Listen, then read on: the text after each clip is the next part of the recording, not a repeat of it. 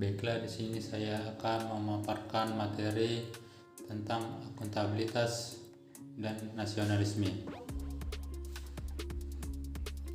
di mana akuntabilitas adalah kewajiban pertanggungjawaban yang harus dicapai, sedangkan responsibilitas adalah kewajiban untuk bertanggung jawab. Akuntabilitas merujuk pada kewajiban setiap individu, kelompok, atau institusi untuk memenuhi tanggung jawab yang menjadi amanahnya. Amanah seorang PNS adalah menjamin terwujudnya nilai-nilai publik. Selanjutnya kita akan mempelajari aspek-aspek akuntabilitas dibagi menjadi 5 bagian. Yang pertama, accountability is a relationship, dimaksud dengan sebuah hubungan. Yang kedua, accountability is result oriented, yang berarti bahwa orientasi pada hasil yang diharapkan. Yang ketiga, accountability requires reporting, yang artinya bahwa akuntabilitas membutuhkan laporan. Yang keempat, accountability is meaningless without consequence, yang artinya akuntabilitas menghasilkan konsekuensi. Yang kelima, accountability improve performance, yang artinya akuntabilitas untuk memperbaiki kinerja. Nah, sekarang apa sih pentingnya akuntabilitas?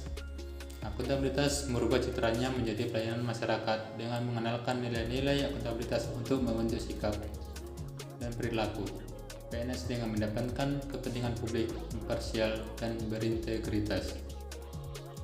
Akuntabilitas publik terdiri atas 2 macam, yaitu yang pertama akuntabilitas vertikal dan yang kedua akuntabilitas horizontal.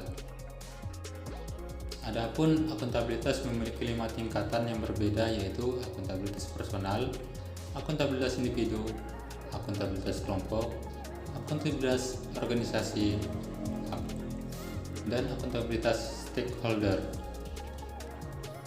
Mekanisme akuntabilitas memiliki 4 dimensi, yaitu akuntabilitas kejujuran dan hukum, akuntabilitas proses, akuntabilitas program, dan akuntabilitas kebijakan. Mekanisme akuntabilitas birokrasi Indonesia ada 3, yaitu perencanaan strategis, kontrak kinerja, laporan kinerja. Kemudian selanjutnya menciptakan lingkungan kerja yang akuntabel. Yang pertama, kepemimpinan. Kedua, transparansi. Yang ketiga, integritas. Yang keempat, tanggung jawab. Yang kelima, keadilan. Keenam, kepercayaan. Yang ketujuh, keseimbangan. 8, kejelasan. Dan 9, konsisten. Akuntabilitas dalam konteks ada 5, yaitu transparansi dan akses informasi. Yang kedua, praktek kecurangan atau fraud dan perilaku korup. Yang ketiga, penggunaan sumber daya milik negara. Yang keempat, penyimpanan dan penggunaan data dan informasi pemerintah. Yang kelima, konflik kepentingan. Itulah dari materi tentang akuntabilitas, dan sekarang kita ke nasionalisme. Nasionalisme adalah suatu sikap politik dari masyarakat suatu bangsa yang mempunyai kesamaan kebudayaan dan wilayah serta kesamaan cita-cita dan tujuan. Dengan kedemikian, suatu masyarakat atau bangsa tersebut merasakan adanya kesetiaan yang mendalam terhadap bangsa itu sendiri. Sikap nasionalisme sangat penting untuk dimiliki seorang aparatur sipil negara, karena dengan mengimplementasikan sikap nasionalisme berarti ASN tersebut juga telah mengaktualisasikan nilai-nilai Pancasila dalam pelaksanaan tugas dan fungsinya.